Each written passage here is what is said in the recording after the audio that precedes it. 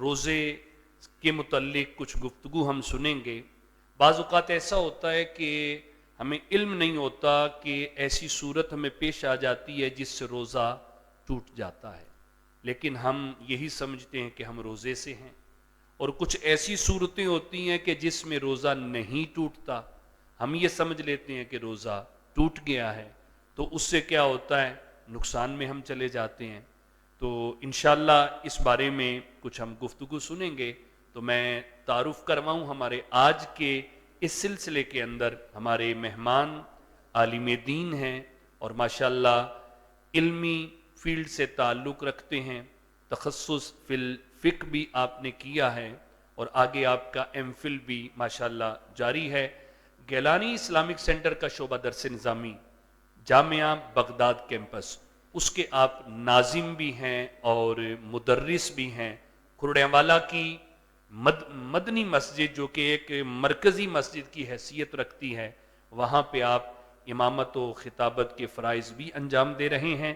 میری مراد حضرت علامہ مولانا حافظ قاری آصف رضا مدنی صاحب جی۔ السلام علیکم ورحمۃ اللہ وعلیکم وبرکاتہ۔ السلام ورحمۃ ماشاءاللہ اللہ آپ کو وبرکاتہ۔ ہمارے آج کے سلسلے میں شفاعت رمضان میں ہم خوش آمدید کہتے ہیں، جزاک اور اللہ خیرہ۔ کچھ اس حوالے سے علامہ صاحب ہم گفتگو کریں گے۔ چونکہ روزے رکھے جا رہے ہیں تو بعض اوقات علم نہیں ہوتا، ایسی صورت بھی آ جاتی کہ جس سے روزہ تو ٹوٹتا نہیں، عوام یہ سمجھ لیتی ہے کہ روزہ ٹوٹ گیا ہے۔ تو اس حوالے سے میں آج کے سلسلے میں آپ سے آغاز کرنا چاہوں گا کہ کچھ صورتیں ایسی بیان فرمائیں کہ کن صورتوں میں روزہ جو ہے وہ ٹوٹ جاتا ہے، اس حوالے سے کچھ گفتگو فرمائیں۔ بسم اللہ الرحمن الرحیم، والصلاۃ والسلام علی سید المرسلین، اما بعد۔ سب خوبیاں اللہ رب العزت کے لیے، اور درود نبی اکرم صلی اللہ تعالی علیہ وآلہ وسلم کی ذات پر۔ اللہ کی حمد اور حبیب طبیب صلی اللہ تعالی علیہ وسلم کی ذات پر درود پیش کرنے کے بعد میں مبارکباد دینا چاہتا ہوں امیری حمزہ اسٹوڈیو کو کہ ماشاءاللہ انہوں نے ایک بہت ہی اچھا سلسلہ شفاعت رمضان کی صورت میں شروع کیا، کہ جو عوام الناس کے لیے ایک علم دین سیکھنے کا ذریعہ بھی ہے، اور علم دین سیکھ کر اپنی دنیا اور اپنی عاقبت کو بہتر بنانے کا ذریعہ بھی ہے۔ جی ماشاءاللہ مفتی تنویر حسن مدنی صاحب نے بہت اچھا سوال کیا کہ روزہ کن صورتوں میں ٹوٹ جاتا ہے، اور عوام الناس یہ سمجھتی ہے کہ شاید میرا روزہ نہیں ٹوٹا، اور کچھ صورتیں ایسی پیش آ جاتی ہیں لوگوں کو کہ اس سے روزہ ٹوٹتا نہیں ہے، لیکن وہ سمجھتے ہیں کہ روزہ ٹوٹ گیا۔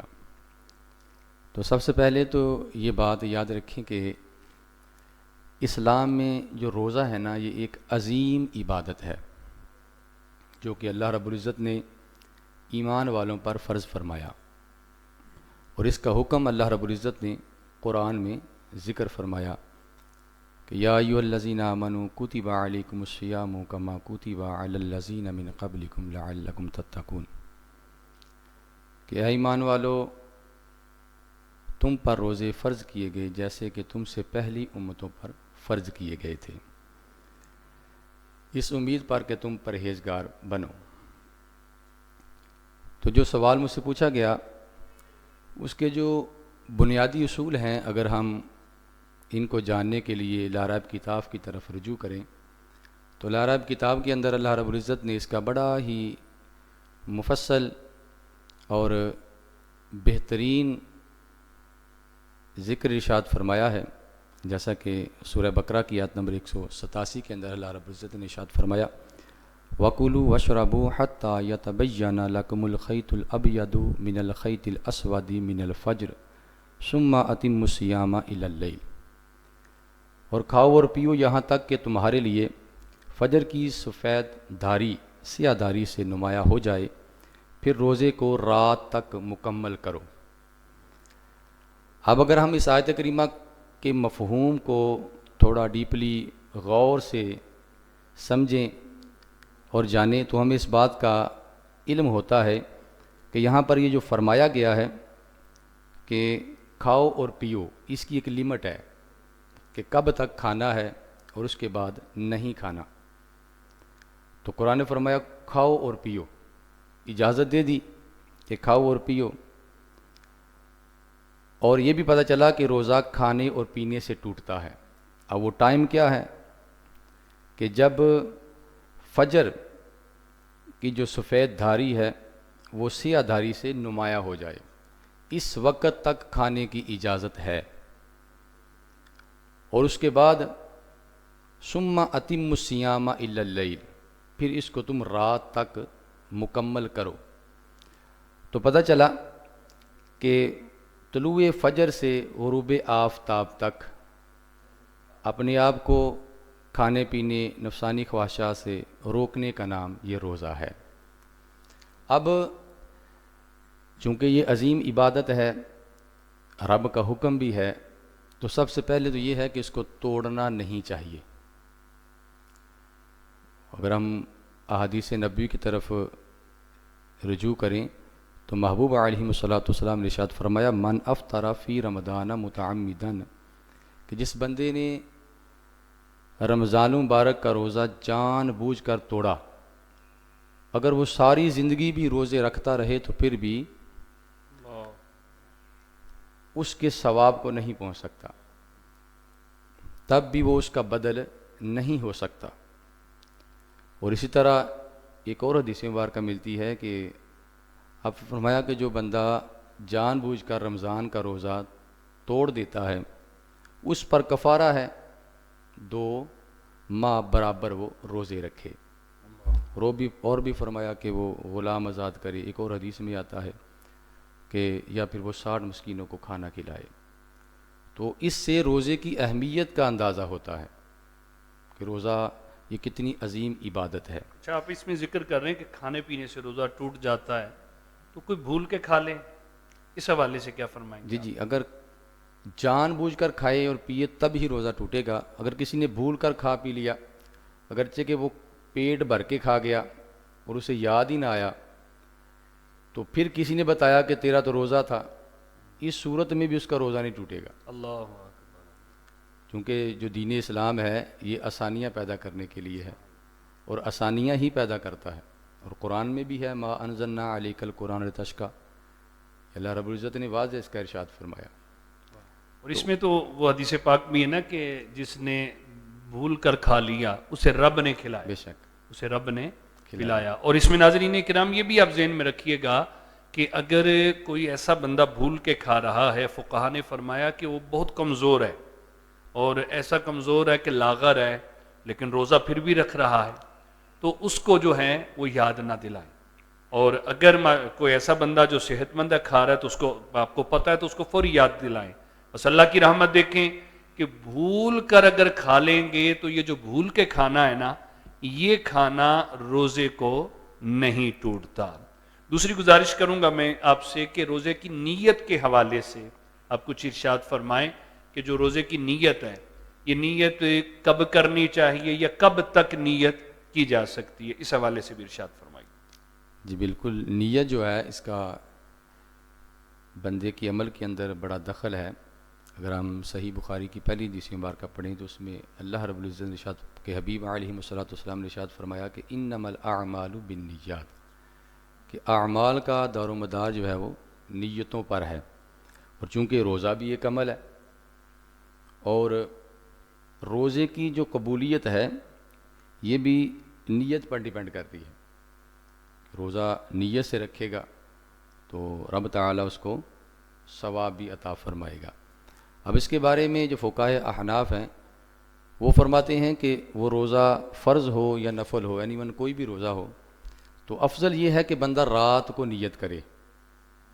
اب رات کیا مراد ہے؟ رات کے کسی حصے میں وہ نیت کر لے، اگرچہ سورج غروب ہوتے ہی وہ نیت کر لے تو اس کی نیت جو ہے یہ کافی ہو جائے گی.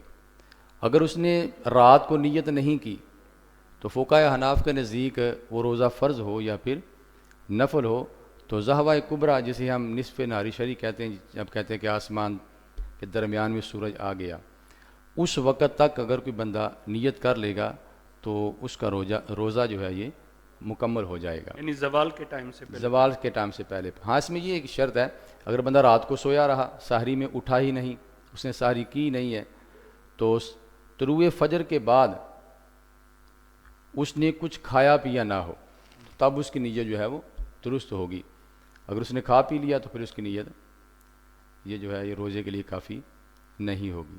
حضرین کرام، اس سے پتہ چلا کہ اگر کسی نے صبح نیت نہیں کی اور زوال سے پہلے پہلے، جیسا کہ آج ایک مسئلہ پیش آیا کہ ایک صاحب، ان کے والد صاحب کی آنکھ کا آپریٹ تھا، تو سحری وہ کر رہے تھے، لیکن سحری والد صاحب نے ان کے کر لی، لیکن ساتھ ہی انہوں نے والد صاحب سے کہا کہ آپ ابھی نیت نہ کریں روزے کی، ہو سکتا آپ کا آپریٹ ہو. تو 9 بجے ان کو پتہ چل گیا کہ ان کا آپریٹ نہیں ہے. تو اب انہوں نے اگر زوال سے پہلے پہلے نیت کر لی تو اس کا روزہ ہو گیا، اور اگر زوال کا ٹائم گزر گیا اور اس نے نیت نہیں کی تو اس کا روزہ نہیں ہوا. تو یاد رکھیے کہ روزے کے اندر نیت کا بڑا دخل ہے. مزید ہم قبلہ علامہ صاحب سے پوچھتے ہیں اس بارے میں کہ بعض اوقات معمولی سا بخار آتا ہے یا معمولی سی تھکاوٹ، کوئی نزلہ ہو گیا تو روزہ چھوڑ دیا جاتا ہے. تو اس حوالے سے میں گزارش کروں گا کہ ہمارا دین کیا کہتا ہے، کن صورتوں میں روزہ چھوڑنے کی اجازت ہے؟ بالکل ماشاءاللہ، یہ بھی بہت اچھا سوال ہے، اور اس کے بارے میں بھی قرآن نے ہمیں بڑا ہی واضح اس کا اسلوب بیان فرمایا ہے. جیسا کہ سورہ بقرہ کی آیت نمبر 84 کے اندر اللہ رب العزت نے ارشاد فرمایا، فَمَنْ كَانَ مِنْكُمْ مَرِيضًا أَوْ عَلَى سَفَرٍ فَعِدَّةٌ مِّنْ أَيَّامٍ أُخَرَ، کہ جو کوئی تم میں سے بیمار ہو یا سفر میں ہو تو وہ دوسرے دنوں میں روزے رکھے، یعنی چھوڑنے نہیں ہیں، بعد میں اس کی قضا کر لے. تو اس آیت سے یہ واضح ہوتا ہے کہ جو بیمار اور مسافر جو ہے ان کو روزہ چھوڑنے کی اجازت ہے. اب اس کے اندر فقہاء کرام اور علماء کرام بیماری کے بارے میں فرماتے ہیں کہ اگر کوئی معمولی سی بیماری ہے، ہلکا سا سر درد ہے یا جسم درد کر رہا ہے یا تھکاوٹ ہے، تو ان صورتوں میں روزہ چھوڑنے کی اجازت نہیں ہے. چھوڑے گا تو گناہ گار ہوگا. ہاں، قرآن پاک کے اندر جہاں پر فرمایا گیا ہے کہ تم میں سے جو بیمار ہو، اب وہ بیماری ایسی ہے کہ اگر روزہ رکھے گا یا تو وہ اس دنیا سے چلا جائے گا، یا پھر اس کے مرض کے زیادہ ہونے کا اس کو اندیشہ ہے کہ اگر میں روزہ رکھا تو میرا مرض بڑھ جائے گا، اور یہ مرض کے بڑھنے کی اطلاع اسے کسی اچھے طبیب نے بتائی ہو، جو ماہر ہو، اس نے بتایا ہو کہ تیرے لیے روزہ یہ درست نہیں ہے، رکھے گا تو تیرا مرض بڑھے گا یا تیری جان بھی جا سکتی ہے، تو ایسی صورت میں جو ہے وہ روزہ چھوڑنے کی اجازت ہے. چھوڑنے کی اجازت ہے، لیکن بعد میں اس کی وہ قضا کرے گا. یعنی اس سے یہ پتہ چلا معمولی سی بیماری جو ہے اس پہ روزہ نہیں چھوڑا جا سکتا. جی، اس پہ روزہ نہیں چھوڑا جا سکتا. جی ناظرین کرام، اس سے آپ غور کر لیجئے کہ آج ہلکا سا بخار آتا ہے، روزہ چھوڑ دیا جاتا ہے. یاد رکھیے کہ ہم نے نہیں دیکھا کہ کوئی روزہ رکھنے کی وجہ سے کسی کا انتقال ہوا ہو، لیکن ہمارے فقہاء نے اس بات کی صراحت کی ہے کہ بیماری میں وہ بیماری، جیسا قبلہ علامہ صاحب ذکر کر رہے ہیں، کہ ایسی بیماری کہ روزہ رکھنے سے یا تو جان جانے کا خطرہ ہے یا بیماری بڑھ جانے کا خطرہ ہے، تو ایسی صورت میں روزہ چھوڑا جا سکتا ہے. یا کوئی ایسا مریض ہے، کوئی شوگر میں ہے یا کسی ہیپیٹائٹس کے اندر کوئی ایسا مرض ہے کہ وہ جب روزہ رکھتا ہے تو اس کی برداشت نہیں ہے، وہ طاقت سے باہر ہو جاتا ہے کہ اس کی برداشت نہیں اس سے ہوتی، تو ایسی صورت میں بھی اس کو روزہ چھوڑنے کی اجازت ہے. اس حوالے سے میری گزارش ہے، دیکھیں کاروبار سیکھتے ہیں، کاروبار کرنا ہو تو وہ ہم علم حاصل کرتے ہیں، تو ضرور یہ روزے ہم پہ فرض ہیں، ان کے احکام سیکھنا بھی ہم پہ فرض ہیں. ضرور اس کے احکام سیکھیے. آئیے اس